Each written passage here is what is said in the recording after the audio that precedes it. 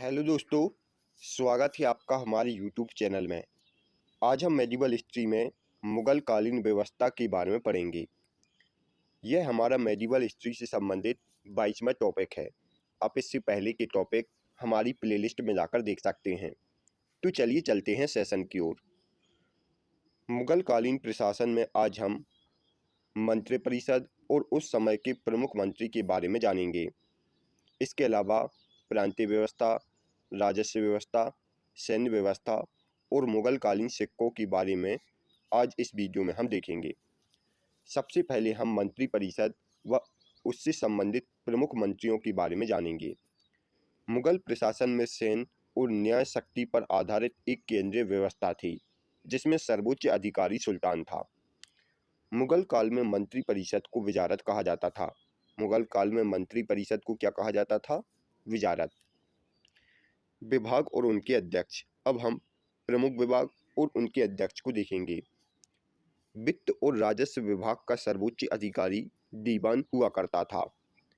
मुग़ल प्रशासन में सबसे अधिक समय तक दीवान के पद पर रहने वाला व्यक्ति असद खां था। और यह किसके काल में सबसे अधिक समय तक दीवान के पद पर रहा था? औरंगजेब के काल में। असद खां औरंगजेब के काल में लगभग 31 वर्ष तक दीवान के पद पर रहा था। वित्त और राजस्व विभाग का सर्वोच्च अधिकारी कौन हुआ करता था? दीवान। मीर बख्शी सेना विभाग का प्रमुख अधिकारी हुआ करता था। मीर बख्शी के कार्य होते थे सैनिक भर्ती, हुलिया प्रथा व रसद की व्यवस्था, शस्त्रों की व्यवस्था व निरीक्षण और शाही महल की सुरक्षा। यह मीर बख्शी के कार्य हुआ करते थे। इसके अलावा मुग़ल प्रशासन में मनसबदारी प्रथा प्रत्यक्ष रूप से मीर बख्शी की अधीन थी। मीर बख्शी द्वारा सरगत नाम के पत्र पर हस्ताक्षर करने के बाद ही सेना को हर महीने वेतन दिया जाता था। धार्मिक विभाग और दान विभाग का अध्यक्ष सद्र और सुदूर होता था।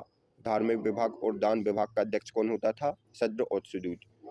वन रक्षक अधिकारी मीरबार होता था, जबकि जल सेना अधिकारी मीर ए बहार होता था। इसके अलावा तोपखानों का प्रमुख मीर आतिश हुआ करता था। काजी उल कजात न्याय विभाग का अध्यक्ष था। काजी को काजी उल कजात और शेख उल इस्लाम के नाम से भी जाना जाता था। और काजी की सहायता के लिए मुफ्ती नामक अधिकारी हुआ करते थे। उस समय लोक आचरण अधिकारी को मुहंसिब कहते थे।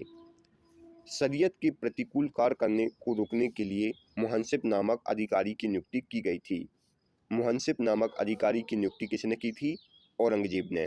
मुहंसिब नामक अधिकारी की नियुक्ति औरंगजेब ने की थी। उस समय सैनिक लेखा अधिकारी को साहिब तौजीब कहा जाता था और बंदरगाहों के प्रशासन की देखभाल करने वाले अधिकारी को मुसद्दी कहा जाता था। इसके अलावा शाही कारखानों के अध्यक्ष को नाजी ए बयूतात और गुप्तचर विभाग और डाक विभाग के अध्यक्ष को दरोगा ए डाक चौकी कहा जाता था। उस समय धार्मिक उत्सवों का आयोजन करने वाले अधिकारी को मीर उतोजिक, शाही अस्तबल के दरोगा को अश्वबेगी, शाही रसोइया को खान ए शमा और घरेलू मामले व दैनिक आवश्यकताओं की पूर्तिकर्ता को मीर ए शमा कहा जाता था। तो यह थे मुग़ल कालीन प्रमुख विभाग और उनके अध्यक्ष। अब हम मुग़ल कालीन प्रांतीय व्यवस्था के बारे में देखेंगे। मुग़ल काल में सबसे बड़ी इकाई प्रांत या राज्य हुआ करते थे। प्रांत या सूबे के अध्यक्ष को सिपहसालार या नाजिम या नाजी ए सूबा भी कहा जाता था। प्रांत में शांति स्थापित करने वाले अधिकारी को सूबेदार कहा जाता था। प्रांत के राजस्व अधिकारी को दीवान और सैनिक अधिकारी को बख्शी कहा जाता था। प्रांत या सूबे के अध्यक्ष को सिपहसालार, शांति स्थापित करने वाले अधिकारी को सूबेदार, राजस्व अधिकारी को दीवान और सैनिक अधिकारी को बख्शी कहा जाता था। यह थे प्रांत या राज्य के प्रमुख अधिकारी। उसके नीचे होती थी सरकार या जिले। सरकार के प्रधान को फौजदार कहा जाता था, जो एक फौजी अधिकारी था। इसका अन्य कार्य शांति व्यवस्था बनाए रखना था। सरकार की राजस्व अधिकारी को मालगुजार और भू राजस्व कार्यालय के अधिकारी को वितपकी कहा जाता था और खजाना अधिकारी को खजानदार कहा जाता था। यह है सरकार के प्रमुख अधिकारी। सरकार के प्रधान को फौजदार, राजस्व अधिकारी को अमलागुजार, भू राजस्व कार्यालय के अधिकारी को वितस्वी और खजाना अधिकारी को खजानदार कहा जाता था। सरकार के नीचे परगना या तहसील होती थी। परगने के मुख्य अधिकारी को सिकदार, वित्त अधिकारी को आमिल और खजाना अधिकारी को फौजदार कहा जाता था। जबकि लगान व कृषि संबंधी कागजों को तैयार करने वाले अधिकारी को कानूनगो कहा जाता था। परगना के नीचे ग्राम होते थे, जो कि सबसे छोटी इकाई होती थी। सबसे बड़ी इकाई होती थी प्रांत, फिर उसके नीचे जिला आते थे, फिर उसके नीचे परगना या तहसील आती थी और सबसे छोटी इकाई होती थी ग्राम। ग्राम के प्रधान को मुकद्दम, चौधरी और खूद कहा जाता था। ग्राम व मापदा के अंदर छोटी छोटी वस्तुओं को नगदा कहा जाता था। अब हम मुगल काल में राजस्व व्यवस्था को देखेंगे। राजस्व व्यवस्था के अंतर्गत अकबर के समय में आयनी 10 साला प्रणाली स्थापित की गई थी। 1580 ईस्वी में अकबर ने दायनी 10 साला प्रणाली प्रारंभ की थी। इस व्यवस्था को टूडरमल बंदोबस्त भी कहा जाता था। टूडरमल बंदोबस्त के अनुसार लगान 1/3 हुआ करता था। आयनी दलसाला के अंतर्गत भूमि को 4 भागों में विभाजित किया गया है। यह कौन कौन से भाग हैं? यह पूजल, इसमें वर्ष में 2 बार खेती होती थी। प्रति वह भूमि होती थी जिसमें 1 या 2 वर्ष के अंतराल पर खेती होती थी। चाचर, इस पर 3 या 4 वर्ष के अंतराल पर खेती होती थी। और बंजर भूमि वह होती थी जिसमें खेती नहीं होती थी और इस पर लगान नहीं लिया जाता था। शाहजहां के शासनकाल में मुर्शिद कुली खां ने आयनी 10 साला को दक्षिण भारत में लागू किया था और मुर्शिद कुली खां को दक्षिण भारत का टूडरमल कहा जाता था। दक्षिण भारत का टूडरमल किसे कहा जाता था? मुर्शिद कुली खां को। अकबर ने 1588 ईस्वी में भूमि की पैमाइश के लिए गज ए सिकंदरी की जगह गज ए इलाही का प्रयोग किया था और इन दोनों में 39/41 का अंतर था। अकबर ने 1573 ईस्वी में करोड़ी नामक अधिकारी की नियुक्ति भी की थी। यह 1 करोड़ दाम की वसूली करता था। 1 रुपया में कितने दाम होते थे? 40 दाम। उस समय 1 रुपया में 40 दाम हुआ करते थे। मुगल शासक शाहजहां ने बीगा ए इलाही और दिरा ए इलाही नामक नई माप का प्रारंभ किया था। इसके अलावा शाहजहां और औरंगजेब ने अपने शासनकाल में भू राजस्व की दर को 1/2 कर दिया और औरंगजेब ने अपने शासनकाल में नक्श प्रणाली को अपनाया था। शाहजहां ने मुगल काल में भू राजस्व में ठेकेदारी प्रथा का प्रचलन किया था। ठेकेदारी प्रथा का प्रचलन किसने किया था? शाहजहां ने। मुगल काल में कृषक 3 भाग या वर्गों में विभाजित थे। यह कौन कौन से भाग हैं? यह है खुदा कास्ट, दूसरे हैं मुजारिन और दूसरे है पाही कास्ट। खुदा कास्ट यह वह किसान होते थे जो उसी गांव की भूमि पर खेती करते थे जहां के वह निवासी थे। मुजारिन कृषकों से भूमि किराए पर लेकर कृषि कार्य करते थे, जबकि पाही कास्ट यह दूसरे गांव जाकर कृषि कार्य करते थे। यह है मुगल काल में कृषक के 3 भाग। अब हम भूमि के प्रकार को देखेंगे। भूमि कर के विभाजन के आधार पर मुगल साम्राज्य की समस्त भूमि को 3 भागों में विभाजित किया गया है। एक है खालसा भूमि। खालसा भूमि बादशाह के नियंत्रण में रहने वाली भूमि को कहा जाता था। दूसरी है जागीर भूमि। मुगल प्रशासन में तनख्वाह के बदले दी जाने वाली भूमि को जागीर भूमि करते थे। जबकि तीसरी है मिल्क भूमि। मुगल प्रशासन में अनुदान में दी गई लगानहीन भूमि को मिल्क कहते थे। मिल्क को सरयुगल और मदद ए मास भी कहा जाता था। अब हम मुगल काल में लगान वसूलने की प्रथा को जानेंगे। उस समय लगान वसूलने की अनेक प्रथा थी, जैसे गल्ला बख्शी, नसक, जब्ती। गल्ला बख्शी में फसल का कुछ भाग सरकार द्वारा लिया जाता था। नसक में खेत में खड़ी फसल के आधार पर लगान का अनुमान लगाकर फसल काटने पर यह लिया जाता था और यह व्यवस्था बंगाल में स्थापित की गई थी।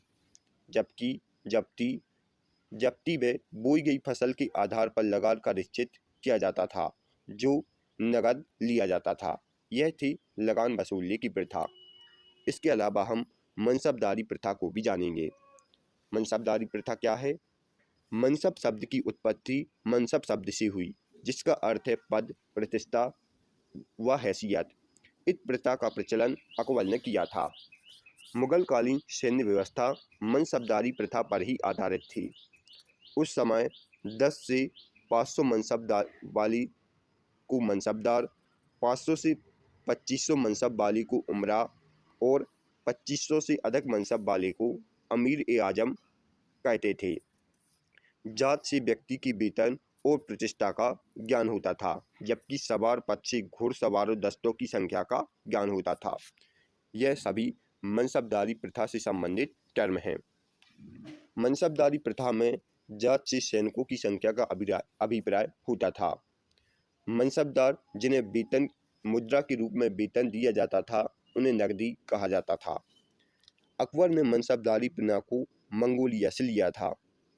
इस प्रथा में द्विअस्पा और से-अस्पा प्रथा का सर्वप्रथम प्रचलन जहांगीर ने करवाया था।